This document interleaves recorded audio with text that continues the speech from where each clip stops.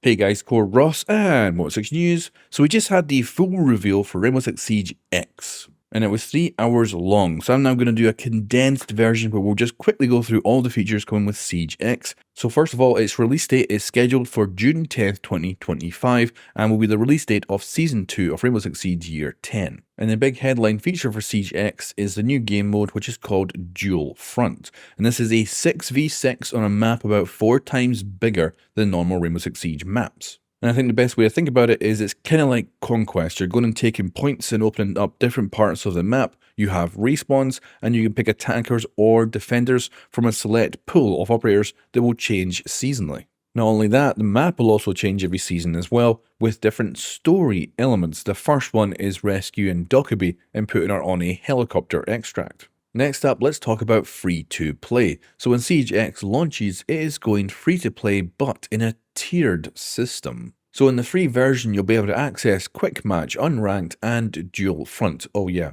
Unranked is returning. However, you'll need to have the paid version of the game to play Ranked or Siege Cup. This is presumably to try and keep the potential influx of free-to-play players, which could be cheating, out of the competitive game modes where they'll actually have to buy the game to get in. Now, if you already own Rainbow Six Siege now, which of course is not currently free-to-play, it will upgrade you to the premium version when you download the Siege X update. Now let's talk about the game engine that Rainbow Six Siege X uses, and it is the same as Rainbow Six Siege uses right now. It is not being changed. I've seen a lot of fake leaks saying it was going to be switching to XDefiant's game engine or stuff like that. That was all fake leaks. I did try to do a debunking video earlier in the year, but a lot of people fell for these fake leaks. And Rainbow Six Siege's game engine is not changing, but they are upgrading stuff with graphics and audio. And the best way I can actually describe this is it actually looks like older Rainbow Six Siege from year 1 or 2 when it comes to a dark and dingier look. So I'm actually quite happy with it. And of course, it's a little bit more shiny and sparkly than it was previously, but they're only upgrading 5 maps initially. So Cafe, Chalet, Bank, Clubhouse, and Border are being upgraded. Now, that's better than I was actually expecting because the teaser for Siege X only showed Clubhouse, and I was like, oh no, are they just upgrading 1 map? But thankfully, they're actually upgrading 5.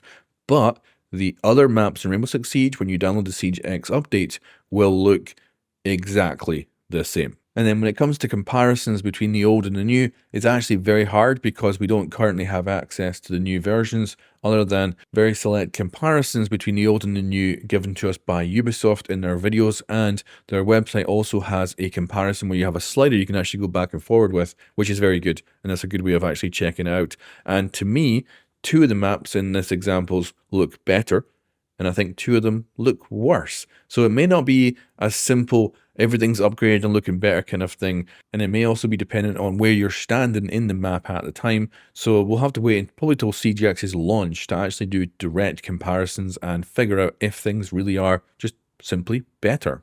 And then let's talk audio. I think, honestly, this should have been the thing they went with first on the reveal. They should have just talked about this immediately because audio is a huge thing in Rainbow Six Siege's gameplay, and they're looking to overhaul it and improve it. So far with the beta, and it's not unexpected with the beta to have bugs, the audio was definitely a little bit buggy, but it was also cool. I could like hear people inside an objective room while I was outside of the building, and I could actually kind of have a clue of what they were doing, and it did sound better. But I also ran into problems where I was hearing people through walls doing stuff like site setups, but there was an Ash running up behind me and I did not hear. So there's still issues, and we'll have to see if all that is fixed, of course, for launch, and if the new audio system is less issue prone than the current one. We have no way of knowing that yet, but I will say it seemed to be cool, and it will probably be something you'll have to relearn in Siege's gameplay. They've also updated the movement of characters, and this is in a few different ways. So first of all, the rappel system has been improved. This means you can now rappel around the corners of buildings, and you can sprint along the wall as well. And when you see this third person, it looks amazing.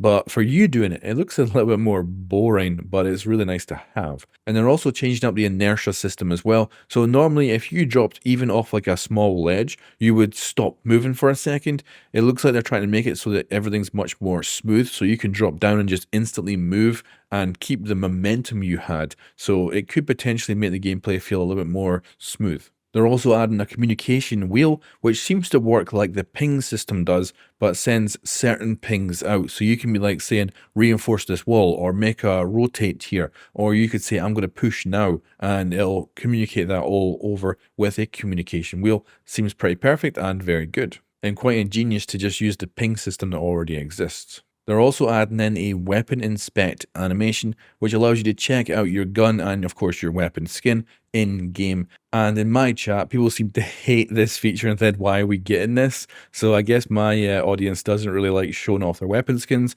but it is just simply an animation. So I think it's going to be fine, and expect every thumbnail for Rainbow Six Siege in the next couple of years to just be people inspecting their weapons, and that'll be the thumbnail pick they'll make. Now let's talk about the old generation of consoles, so the PS4 and the Xbox One. I was totally expecting Ubisoft to just say, we're ditching these consoles for Siege X, but they did not. However, in the FAQ on the website, it does indicate that the dual front game mode is only available on PC and current generation consoles, so PS5, Series X or S. So it sounds like the old generation of consoles will get support with Siege X, but simply not be able to play the new game mode. That means they should get the new audio system and presumably a marginal increase in graphic fidelity.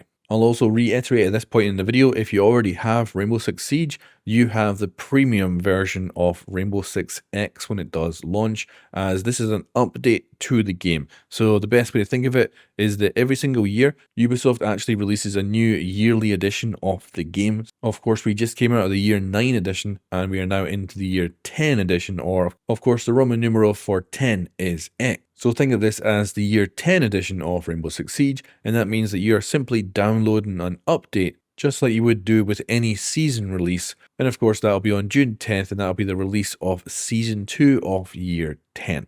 We're also getting veteran rewards, so a whole bunch of cosmetics will be given out based on when you joined Rainbow Six Siege, along with some badges for your player card that will show the year you joined Rainbow Six Siege. I don't know if I'll use these or not, but cool to have. And honestly, I would have loved more specific stuff rather than a year badge, like say a seasonal icon for every single season, so I could have like shown off the favorite season I ever played in or something like that. And it's a bit of a pity that it's just a year.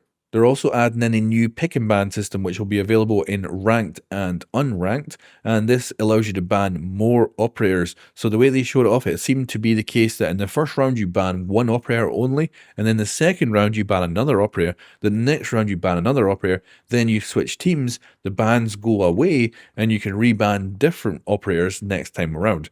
So it will switch up the ranked gameplay at least a little bit. And then we have our new gameplay mechanics.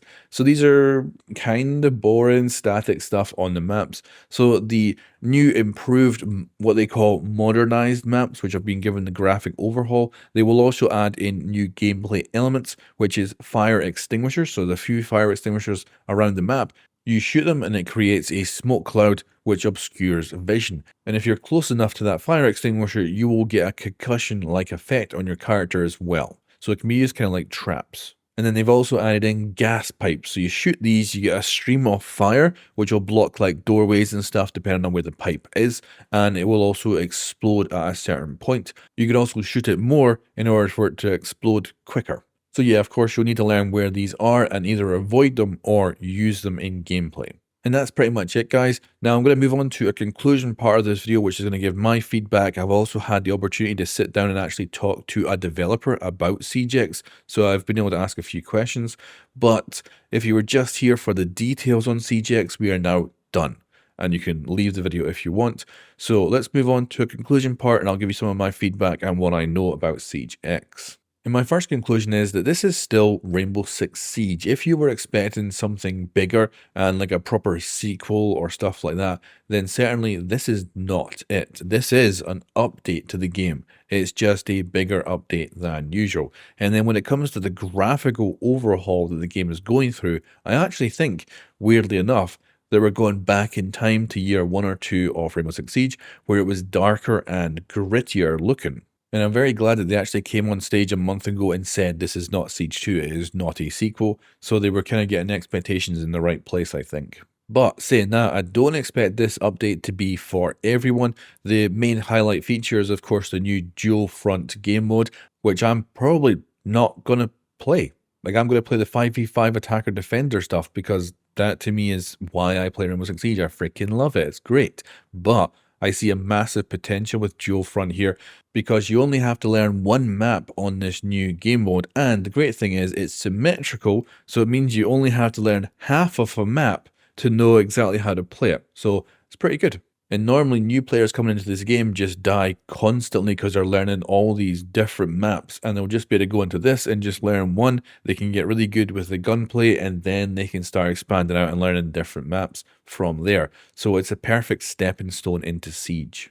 However, this could also be a weakness. The main issue I see here is they plan on only having one map in this playlist, and if you were to tell me, right, you can play ranked in Rainbow Six Siege, but there's only one map, I'd get bored and stop playing. So I'm a bit worried that this is only planning to have one map in this playlist forever. As far as I can tell, this is their plan. Now, they do plan on changing this map. Now, we don't know how big those changes will be, so there will be story elements. Right now, we can rescue Dokkaebi, so presumably there'll be other story elements in the future where we can do other things, but I don't know how much transformation the map will go through. Either way, it's still going to be just one map in this playlist, and that is the plan for the potential years to come. Now let's do a conclusion for the graphics. So it looks darker and grittier in most cases, but overall it looks like Rainbow Six Siege. The big thing and the takeaway for me was getting in deep, like driving around my drone and looking at props like say pots and pans or beds or couches.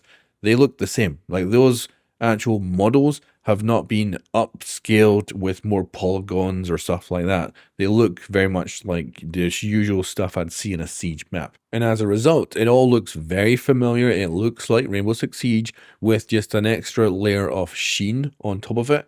And the lighting has definitely been improved, but you still have the issues like I was standing in a doorway which appeared to be in direct sunlight, even though there was actually a wall or a kind of a overhang above it that would block sunlight. So obviously we're not talking like ray tracing or anything like that. It is still Siege at its heart, but it does look better than it did before, and it does look a little bit darker and grittier than before. But I do think that we're probably going to be the case that we'll jump into some maps and think, oh, I don't like how this looks compared to the old one, and other maps I'll be like, oh, this looks so much better. So I think until we get our hands on it, because we only currently have the examples given by Ubisoft so far. The beta only has the new map, so it's not like I can jump in and actually do direct comparisons. Once we can do direct comparisons, I think it'll be very interesting to see which looks better and which looks worse, or if everything ends up actually looking a little bit better with the Siege X update. And then we've got the audio overhaul. This has the potential to be amazing or terrible. It depends how buggy it ends up being when we get it with Siege X, and if they need to fix it over time, or if it comes in perfect and we have beautiful, clear audio that just changes how you play the game. Right now with Siege X, with the beta, it's noticeable and it's really freaking cool. But the gameplay of the new game mode is less audio-centric, so it doesn't really matter too much, and I would much prefer to have your core gameplay experience with a 5v5 attacker defender to really figure out how much of a difference the audio is going to make. So until we get that, it's hard to judge it. And we'll do a little chat about the veteran rewards. So the free cosmetics we're going to get for just being old players, love that, perfect. The badges, a little bit more disappointing, they're just years. I would have loved it if I got a badge for every single season I actually played in. And then of course I could actually have like my favorite season on my badge. So I would prefer more rather than less, but that's always the thing. I'm gonna ask for more than what I actually get. So it's cool to get rewards like that. I don't know if I'm going to use the years on my player cards, but it's cool to have them, and it shows that you're a veteran player. And then a review for the actual reveal itself, it was way too show match heavy, and I think it did not show off the strengths of Siege X, and it actually showed off kind of the weaknesses, because the problem is when you have a bunch of Twitch streamers playing the game at an event, they are quite twitchy, so like they'll shoot a pipe that is now explosive, but then they'll look away and you don't see it go off and stuff like that. So it's very hard to show those elements really well. And the reality is they could have done a presentation that was maybe half-hour long, got all the details out, and then said, now we're going to do some show matches and you can watch these guys play. And of course, players could then go, okay, cool. I've seen the details. I can stick around and watch my favorite streamers play it now, or I can leave. And That probably should have been how it was set up, where you had a nice info dump at the start, because especially they did not go over the audio changes until way later into the presentation, when to me, that's one of the potential cool things that probably most Siege players would be very interested to hear about. But overall, we got most of the information that we need. However, there is still a few unanswered questions. The biggest one for me is that in the Siege X beta, if you go into the main menu and go to operators, Clash is missing. And it doesn't take a rocket scientist to guess that most likely she's getting a remaster. The question though is she coming with Siege X's launch? Or is Siege X's launch going to just be about Siege X and this new game mode and not a distraction for another operator? And then Clash actually comes in Season 3. We did, however, get information that the roadmap for the next year will be revealed next season. So at least we'll get an actual roadmap, and that'll clean up most of the unanswered questions we currently have. And then overall, I think that most players are not going to be satisfied with this reveal, because there was a lot of fake leaks that were making up all these outlandish claims about what was going to happen with this. And I think a lot of people did not take their salt with it and got drawn in. But I do think that this is an update aimed at new players. I think new players with new game mode is going to be really good. I think that potentially veteran players will love the more dark aesthetic of the game. And overall, hopefully, it'll still be the good Siege that we like to play with better audio, which would be incredible. Like, you know, if you're telling me that next season I was just getting better audio, I'd be quite happy with that. So I think I am going to be quite satisfied with Siege X. It depends how buggy and issue filled it ends up being, and that's to me where they can really trip up. If they launch Siege X and it works quite well, then I'm probably going to walk away very, very happy. But if it comes out and they have a few audio issues, if they have a few graphical issues, or some gameplay stuff isn't working right, then I'll be disappointed. But if not, I'm probably going to be actually quite satisfied with Siege X and its launch. And although right now I don't plan on playing dual front that much, and I'll probably stick to the attacker defender 5v5, I do see it potentially having a very good future and helping those new players get into Siege, which normally results in a high percentage of them dropping out before they can really get to what is good about Rainbow Six Siege. Anyway guys, give me your feedback in the comments below and I'll catch you next time.